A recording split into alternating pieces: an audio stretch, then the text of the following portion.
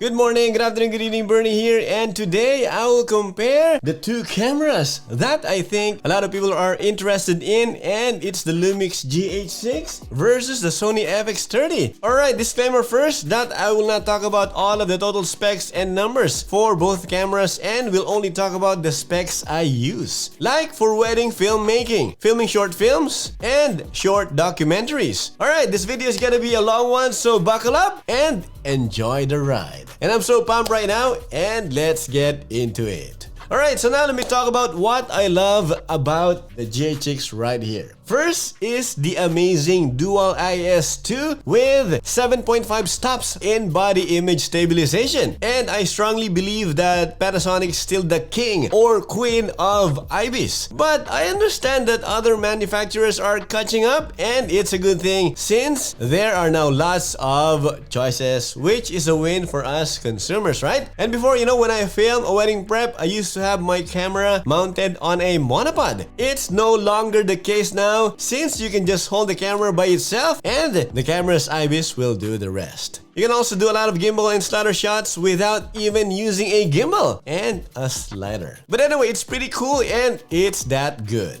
On the other hand, the Sony FX30 has IBIS as well, but it's not quite as good when you compare it to the GH6. Although it's getting there, and I welcome the addition of IBIS in Sony cameras, since the lack of it is one of the reasons why I stay with Panasonic for the longest time and never change systems.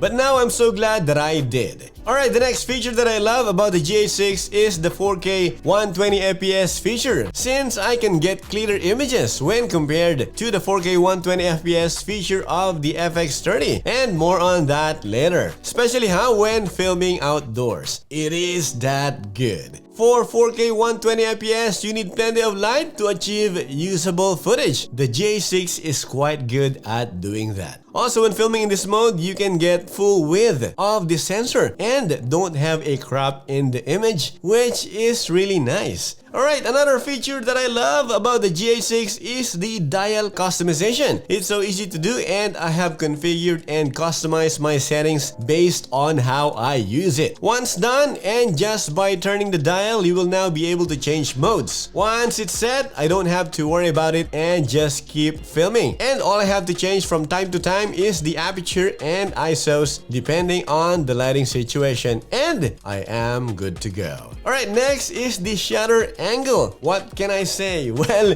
it's a game changer for me. The great thing about the shutter angle on the GH6 is that once it's set to 180 degrees and you leave it as is, you don't have to touch it again. It will always automatically double whatever frame rates you want to use. It's a good thing because you don't have to worry about changing the shutter speed ever again. So I leave it at 180 degrees all the time and save it to my custom dial settings, and I am good to go. Alright, now moving on to the other feature that I love about this camera, the GH6, is the tilt/articulated rear touchscreen. The panel is mounted on a fully articulating hinge that is itself attached to a cradle that tilts up by around 30 degrees or around 45 degrees. It is the first camera in the GH lineup to use this type of LCD monitor, and it's a welcome addition for me since you can now get more articulation for your low-angle shots. And I think it's a good thing. And now that's about it for the pros of the GH6, and now moving on to the FX30 features. I'm using it right now, that I use and love. So number one for me is the overall image quality. The Sony FX30 produces oversampled UHD 4K images from the 4K sensor up to 60p, giving the user awesome image quality. The S-Cinetone alone out of the box is good, especially if you have a project that has a tight deadline and you want something to use right away without having to do color grading in post. And S-Cinetone is great at that. Although to my liking, it's contrasty, so that's why I tweak my settings before using it. If you want to see how I set my S-Cinetone, you can just click the link right here. Alright?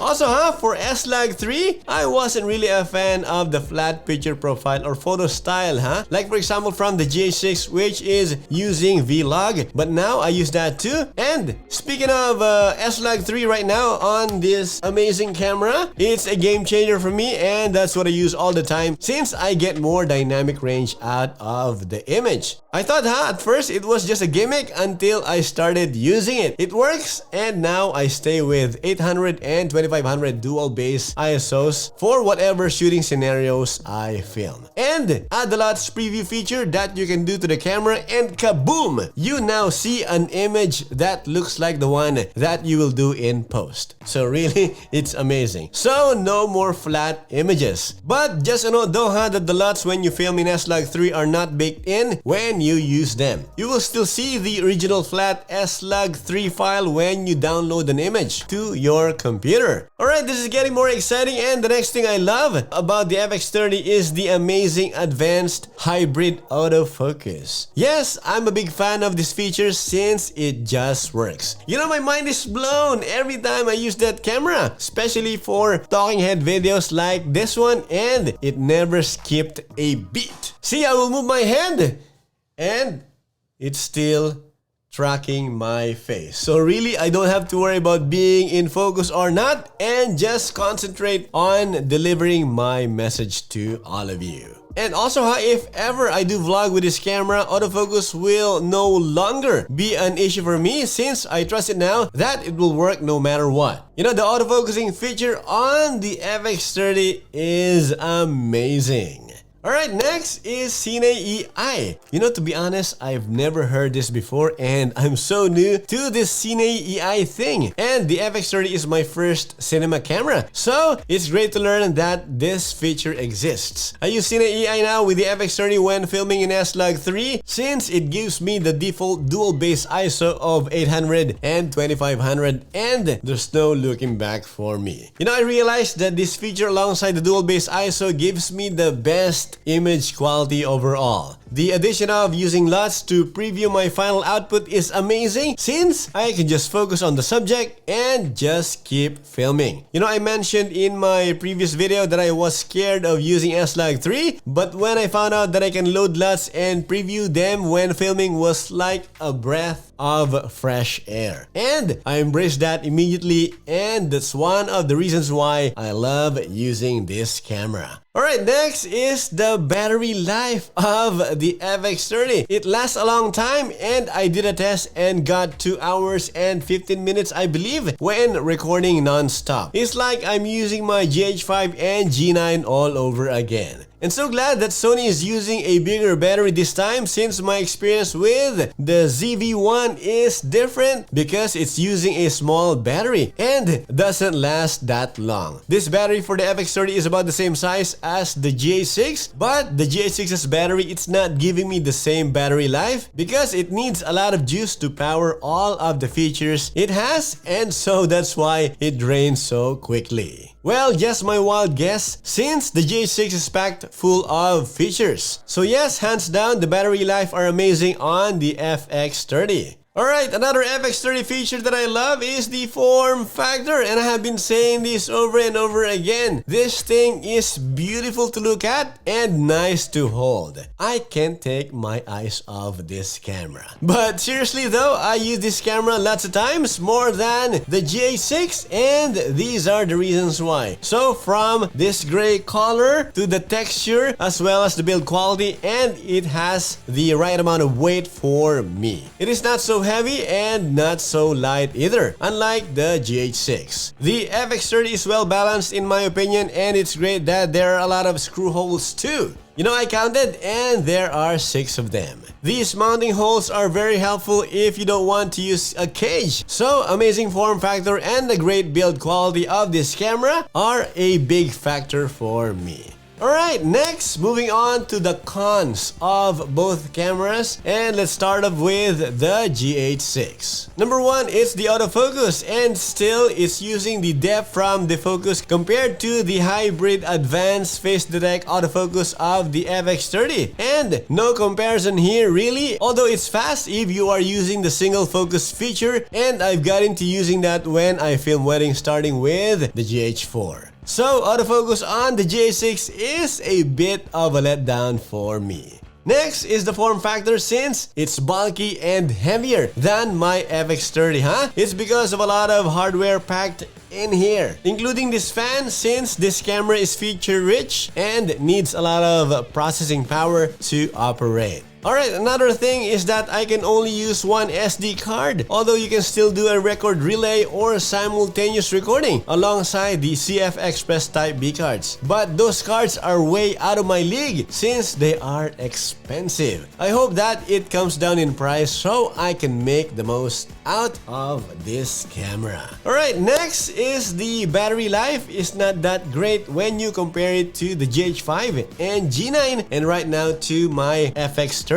Gone are the days when the battery lasts for hours, and it's the case with my GH5 way back, and I rarely use two batteries for that camera. But for this camera, it's less than that, although not the end of the world since you can power it by using a PD or power delivery power bank, like in my case the Anker 20,000 milliamperes power bank, which is great and helped a lot during the course of owning the GH6 and now the FX30. Alright, next is the not so great in the low light capability of the GH6. And that's in my testing and opinion, huh? I only use it up to 1250 ISO when filming at 24 FPS and at night, and that's not using the dynamic range boost, and only when filming in Cinelike D2. I don't turn the dynamic range boost on since I don't have an ND filter to use alongside that. Although to be fair with the GH6, I have seen some video tests in low light utilizing the dynamic range boost and vlog, and it can get some cleaner images. I still have to try it though and compare it to the FX30 in a future video to see for myself if there's really a big difference or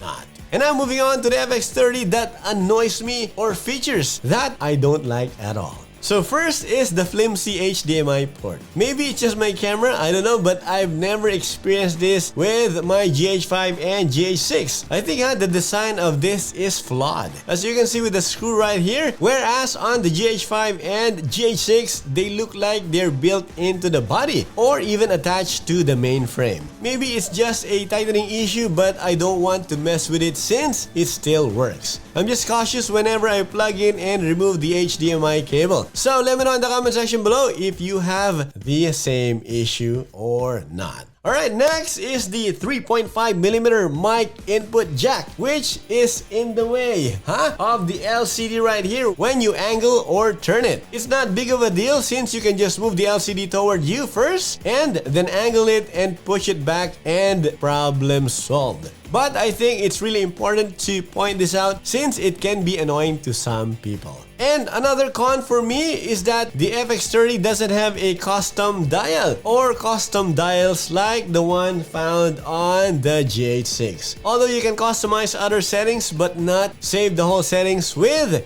the frame rates that you need and so on. But still, I have to go to mode and then choose MR1, MR2 or MR3 just to get to the saved frame rate I want. It's another step to do just that, whereas for the GH6, it's so easy to change your settings by just turning the dial and you are ready to start filming again.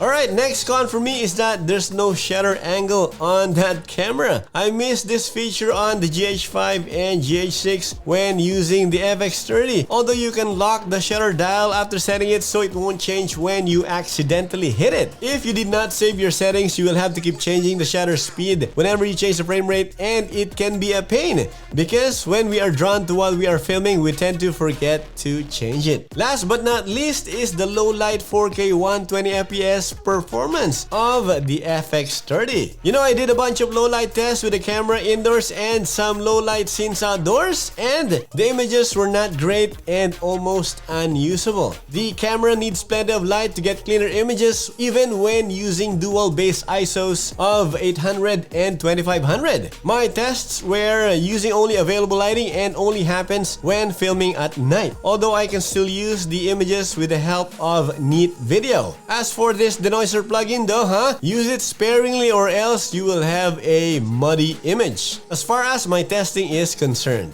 Anyway, to be fair though, when I lower the exposure index or the EI value, I get cleaner images, most especially for the daytime outdoor shots. Note though that you are still recording using the base ISO of 800 and 2500, no matter what. Alright, we're nearing to the end of the video, so what's my take? And I think you already know my answer. And yes, my choice is the FX30 hands down, since it ticks a lot of boxes. As for you, and which one you should go with? Well, if you are looking for a camera that can record C4K images and up to 5.8K footage, as well as record internal ProRes 422HQ and 12-bit Apple ProRes RAW using a Ninja 5 Plus recorder, and does a lot of manual focusing, as well as doesn't mind the form factor and already have micro four thirds lenses, then wow, it's too long.